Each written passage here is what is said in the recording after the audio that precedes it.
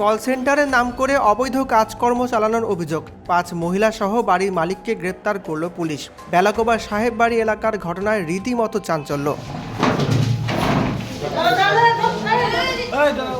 Digital মার্কেটিংয়ের কথা বলে বেশ কদিন ধরেই ওই বাড়িতে কাজ চলছিল। পুলিশ জানালো কদিন ধরেই সেখানে অবৈধ কাজের খবর মিলছিল। জানা গিয়েছে দীর্ঘদিন ধরেই সাহেব বাড়ি এলাকায় একটি বাড়িতে কল সেন্টার চলছিল। পুলিশের কাছে খবর ছিল সেখানে অবৈধ কাজকর্ম চলছে। মঙ্গলবার ওই বাড়িটিতে হানা দেয় বেলাকোবা এবং রাজগঞ্জ থানার পুলিশ। অভিযান চালিয়ে ৫ মহিলা এবং ২ যুবক সহ বাড়ির মালিককেও আটক করা হয়েছে। সেই সঙ্গে একটি গাড়িও বাজেয়াপ্ত করা হয়েছে। বেশ কিছু মোবাইল সহ প্রচুর নথি, বেশ কিছু সিম কার্ড উদ্ধার করা হয়েছে। রাজগঞ্জ থানার আইসি পঙ্কজ সরকার জানান, বেশ কিছুদিন ধরেই ওই এলাকায় এমন কিছু ঘটছে বলে খবর ছিল। পুলিশকে না জানিয়ে এভাবে বাড়ি ভাড়া দিয়ে অবৈধ কাজকর্ম করার খবর ছিল। মঙ্গলবার দুপুরে বিশাল পুলিশ বাহিনী ওই বাড়িতে হানা দেয়। অভিযান চালিয়ে ৫ মহিলা এবং ২ ব্যক্তিকে আটক করা হয়। বেশ কিছু মোবাইল, নতুন সিম, ল্যাপটপ এবং একটি ৪ চাকার গাড়ি আটক করা হয়েছে। পুলিশকে দেখে পালিয়ে বাঁচতে চাইলেও পার পেলেন না কেউই। রাজগঞ্জ থানার আইসি পঙ্কজ সরকার জানান, আগামীকাল জলপাইগুড়ি আদালতে তোলা হবে তাদের। এই ঘটনার তদন্ত শুরু হয়েছে, যদিও নাম প্রকাশ্যে আনা হয়নি এখনো।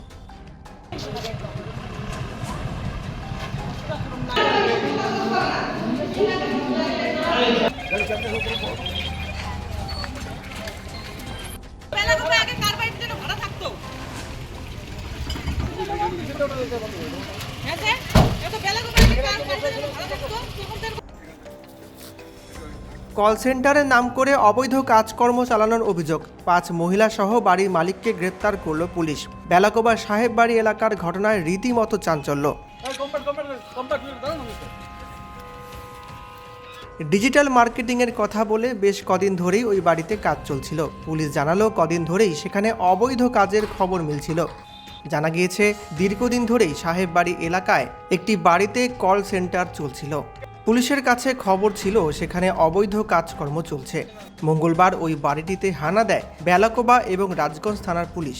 অভিযান চালিয়ে ৫ মহিলা এবং ২ যুবক সহ বাড়ির মালিককেও আটক করা হয়েছে। সেই সঙ্গে একটি গাড়িও বাজেয়াপ্ত করা হয়েছে।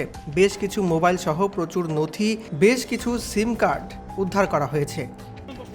রাজগঞ্জ থানার আইসি পঙ্কজ সরকার জানান, বেশ কিছুদিন ধরেই ওই এলাকায় এমন কিছু ঘটছে বলে খবর ছিল। পুলিশকে না জানিয়ে এভাবে বাড়ি ভাড়া দিয়ে অবৈধ কাজকর্ম করার খবর ছিল। মঙ্গলবার দুপুরে বিশাল পুলিশ বাহিনী ওই বাড়িতে হানা দেয়। অভিযান চালিয়ে ৫ মহিলা এবং ২ ব্যক্তিকে আটক করা হয়। বেশ কিছু মোবাইল, নতুন সিম, ল্যাপটপ এবং একটি ৪ চাকার গাড়ি আটক করা হয়েছে। পুলিশকে দেখে পালিয়ে বাঁচতে চাইলেও পার পেলেন না কেউই।